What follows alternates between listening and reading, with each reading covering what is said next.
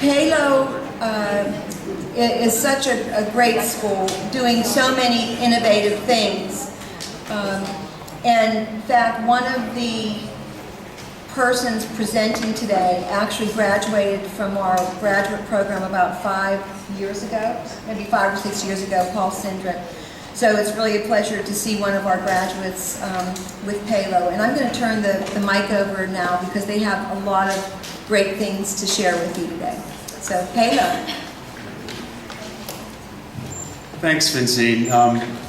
We had a little change in the order here, so our principal who was going to speak, Dr. David Morton, isn't going to be able to make it, so I'll be doing a little background on our school. Welcome again, everybody, from all of us here at PA Learners Online. I'd like to recognize our staff that have been representing us today, Ms. Verner, Ms. Cindy Shonberg, and Ms. Carol Mintus. I love the healthy snacks, but I never get tired of Panera. Right? Just a little bit about our school. We are a public school. I know there's different levels of awareness of charter schools and cyber charter schools, so we thought we'd just go through a couple slides so that you get a little background information about who we are and what we're about. We are chartered by the Pennsylvania Department of Education. We have K through 12, and we've been in existence for 10 years. Our school was founded by 10 school districts in Allegheny County who had enough foresight way back then to say we need to take an approach to cyber learning. And those districts are listed there. Their superintendents, or the designees of those superintendents, are actually on our board. They're composed of them, and it gives us a unique set of knowledge to have 10 superintendents there that we rely on from their different perspectives and districts. And the Allegheny Intermediate Unit is contracted to manage PALO. So our PALO is the nickname for PA Learners Online. A lot of our kids use the term PALO. Just a little bit about our school. All of our instructors are certified by the state. We have 8 full-time and 4 adjunct specialty education faculty. We have a part-time nurse. We are in the year 5 of a 5-year charter through the Pennsylvania Department of Education, our second charter. Over the years, we've graduated more and more students. You can see they're up to a total of about 603. Again, we're K-12. We have about 500 or so active students, about 105 special education students, around 2% of which were homeschooled. And that figure is in there because there's a perception that students come to our school who are homeschooled, but that isn't necessarily the case. They come from other districts for other reasons. 37 counties are represented in our school, and 140 school districts are where our students come from. As a cyber charter school, we are chartered across the state of Pennsylvania, so we're required, and we take students all across the state, unlike a brick and mortar charter school that might be more regional. We have a traditional school calendar that you might find in a regular brick and mortar district. This is a view that a student would have in synchronous instruction, and if you're not aware of it, we'll be talking a little bit more about differences between synchronous and asynchronous instruction, and I'm sure some of the other presenters will bring that up as well. We have real teachers, and we have real students. We're not yet in the virtual world as far as like a Second Life type of platform, but this is an example of one of our high school seniors doing a senior project. And we have parent and activity nights. We bring our children together, even though it can be difficult depending on the distance. We do have curriculum nights and parent nights and science fair projects and activities where we bring our kids together. Again, our headquarters are at the Allegheny Intermediate Unit, which is located at the waterfront, so many of those events occur there in the Homestead area. One of the challenges that we face is in testing for PSSAs and now the Keystones. We have to have our teachers go across the state to test students in many various locations, and the women behind me have all volunteered to do that many times, drive across to Reading, or what's the furthest, Carol? Yeah, East Stroudsburg, which is way on the other, almost near Jersey. So we take a lot of measures to meet the needs of our students as required by the state of Pennsylvania. And we also have activities too. This is just one example of an activity we have, which is the yearbook class. We've also had in the past choir and prom and things of that nature to try to build some social community within our student body. Different reasons that students come to our school. We have students who maybe have extraordinary abilities. This was an example of a girl who was a musician. We've also had athletes, actors, opera singers, and that come to our school because they feel that we fit their needs. And on the other side, we have students who have like medical issues. We had a student here that was featured in the newspaper that couldn't, physically come to a brick and mortar building, but found our venue of cyber education the way for her to go.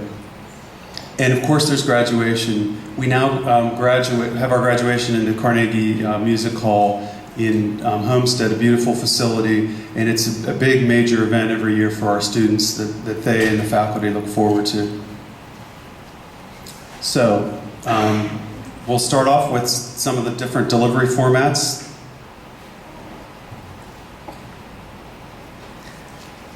Hi, I'm Carol Mintus. I teach 10th grade English at PA Learners Online. This is my 10th year with PALO, so I've been there since our very first charter. But I'm going to speak to you today about a couple of other things as well.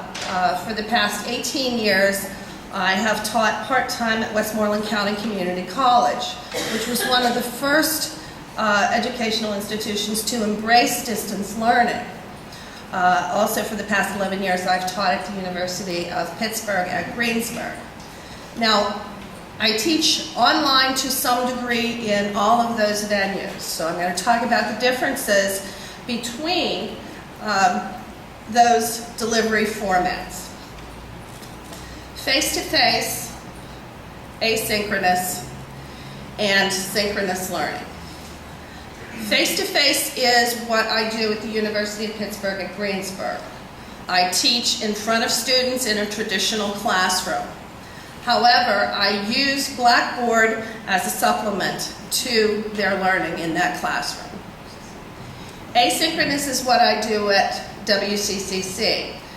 That means that my course has to stand alone, and I'll talk a little bit more about that in a moment. Synchronous is what I do most of the time at PA Learners Online, and that means I am actively engaging with my students live every day.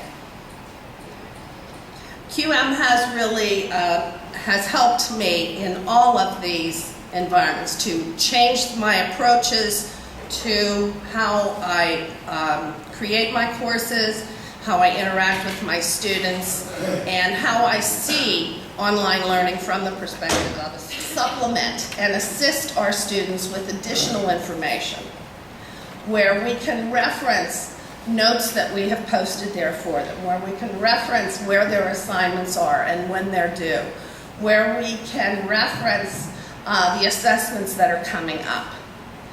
And QM has helped us extraordinarily with this, because simple things like color coding are assignments, assessments, study guides, so that students have an expectation of what this is simply by looking at an icon or a color-coded heading.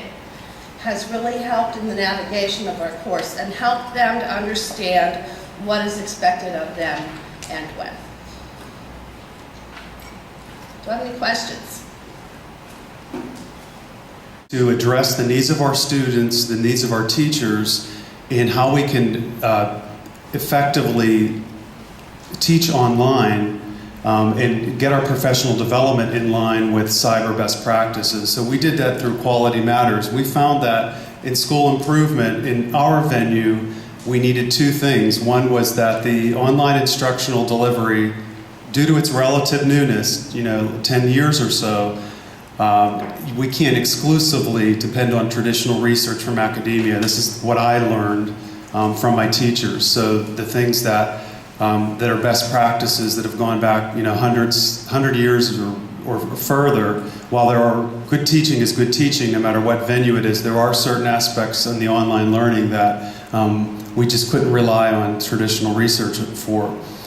And that schools and institutions employing online learning must rely on emerging research and practice-based experiences of instructors and teachers for improvement. So the emerging research, we use Quality Matters, which we've talked about and Carol referenced, and you'll be hearing more about that a little bit later.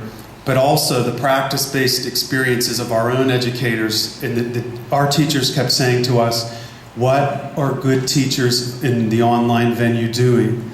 How can we hear from each other what works in class? So we created a venue within our own school so that teachers could hear and learn from each other what works. And as technology and online pedagogy increases rapidly and changes happen, we need to keep up with that. And these were the two ways that we decided to move in.